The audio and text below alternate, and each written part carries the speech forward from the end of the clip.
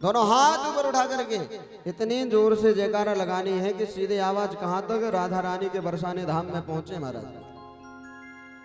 राधा रानी को पता तो चले कि हमारे भक्त आकर के कथा सुन रहे हैं ठाकुर जी की। तो दोनों हाथ ऊपर उठा करके जोरदार जयकारा लगाएंगे। बोले भक्त वत्सल भगवान की जय, श्री राधा रानी सरकार की जय। यदि हमारे जीवन में संत कृपा हो जाए महाराज तो हमारे जीवन का उद्धार हो जाता है।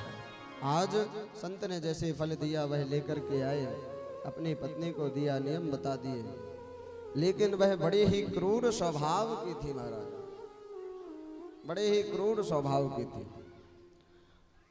आज धुंधली ने क्या किया? उस फल को तो लिया, गाय को खिला दिया, अपनी बहन को बुलाया और सखी सहेलियों को बुला करके और जैसे ही बताया कि हमारे पतिदेव कभी कुछ फल लेकर के आते हैं, कभी फूल लेकर के आते हैं, क्या करें, हम तो इनसे परेशान हो गए हैं। तो उन सखी सहेलियों ने कहा कि तुम्हारी जो बहन है इनके जो 10वीं संतान होने वाली है इसको तुम ले लेना और कुछ धन इनको दे देना। और जब आगे समय व्यतीत हुआ तो महाराज धुंधली ने यही किया।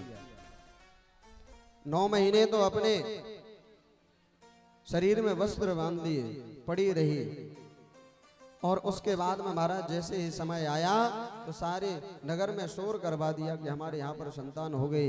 आत्मदेव जी महाराज को पता चला, दौड़े दौड़े आए, प्रसन्न थे महाराज, देखा मन प्रसन्न हो गया कि हमारे यहाँ पर बालक हुआ है संत की कृपा से।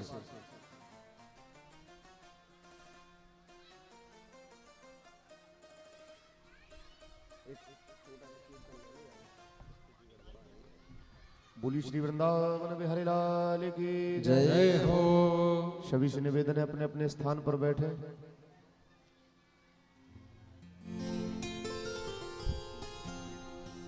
बोली श्री राधा रानी सरकार की जय हो। अरे मुकुंद माधव गोविंद वो अरे केशव माधव हरि हरि केशव माधव हरे हरे बोल, केशव माधव हरि हरि बोल, केशव माधव हरे हरे बोल। मुकुंद माधव गोविंद बोल, मुकुंद माधव गोविंद बोल, केशव माधव हरि हरि बोल, केशव माधव हरे हरे बोल। गोविंद राधे गोपाल राधे, गोविंद राधे गोपाल राधे, गोविंद राधे गोपाल राधे, गोविंद राधे गोपाल राधे, गोविंद राधे गोपाल राधे, गोविंद राधे गोपाल राधे, गोविंद राधे गोपाल राधे, गोविंद राधे गोपाल राधे। केशव माधव मुकुंद माधव हरि हरि बोल, केशव माधव हरि हरि बोल, केशव माधव हरे हरे बोल, केशव माधव हरि हरि बोलिए भक्तवत्सल भगवान की जय हो।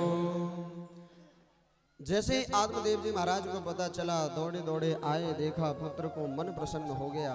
आत्मदेव जी ने सोचा कि इस पुत्र का नाम हम अपने से मिलता जुलता रखेंगे। क्या नाम? परमात्मा देव। लेकिन धुंधली बड़ी क्रूर स्वभाव की और कहा महाराज हम अपने से मिलता जुलता नाम रखेंगे, और नाम रखा क्या? धुंधकारी। यथा नामो तथा गुण, जैसा नाम वैसा गुण। आगे जैसे समय व्यतीत हुआ, गाय के यहाँ पर भी एक संतान हुई। कान तो एकदम गाय के जैसे, शरीर मनुष्य के जैसे। आत्मदेव जी महाराज ने उसका नाम गौकर्ण रखा। दोनों बालकों का संस्कार कराया और विद्या अध्ययन करने के लिए जैसे ही महाराज गुरुकुल में भेजा। अब जब बालक गुरुकुल में जाते हैं तो यहाँ पर गौकर्ण जी महाराज तो खूब विद्या अध्ययन करते हैं, लेकिन जो धुंधकारी है बड़ा क्रूर स्वभाव का महाराज क्या करता है? गुरुकुल के विद्यार्थियों को पकड़ता है अकेले, वो कहीं किसी की उंगली काट देता, कहीं किसी के पैर में चोट पहुंचाता, यहाँ तक कि इतना क्रूर स्वभाव हो गया कि एकांत में पकड़ करके और विद्यार्थियों को कुएं में भी फेंक देता। जुआ खेलता है महाराज, मदरा पान करता है, चोरी करता है। जैसे ही समय व्यतीत हुआ गुरुकुल से धुंधकारी को भगा दिया गया। गोकर्ण जी महाराज विद्या अध्ययन करके आए। अब वह धुंधकारी ऐसे स्वभाव का है महाराज, अपने माता पिता के पास में आया और आकर के धन की याचना करता है, मांगता है। और जो धुंधली है आत्मदेव उसको तुरंत दे देते हैं। माता पिता को विशेष ध्यान देना चाहिए कि यदि संतान है तो संतान से उतना स्नेह प्रेम करें, स्नेह प्रेम रखें कि जिसमें महाराज संस्कार बचे रहें। कोई नहीं लेके आया ना महाराज, कोई लेकर के जाएगा, लेकिन सब कुछ सौंप दोगे तो क्या हो जाएगा? चौपट हो जाएगा। आज यहां पर आत्मदेव जी महाराज ने सबसे बड़ी गलती यही की। जैसे ही पुत्र ने मांगा तुरंत दे दिया महाराज, धन ले जाता है और जाकर के जुआ खेलता है, मदरा पान करता है। आगे समय व्यतीत हुआ, पूरा धन सब कुछ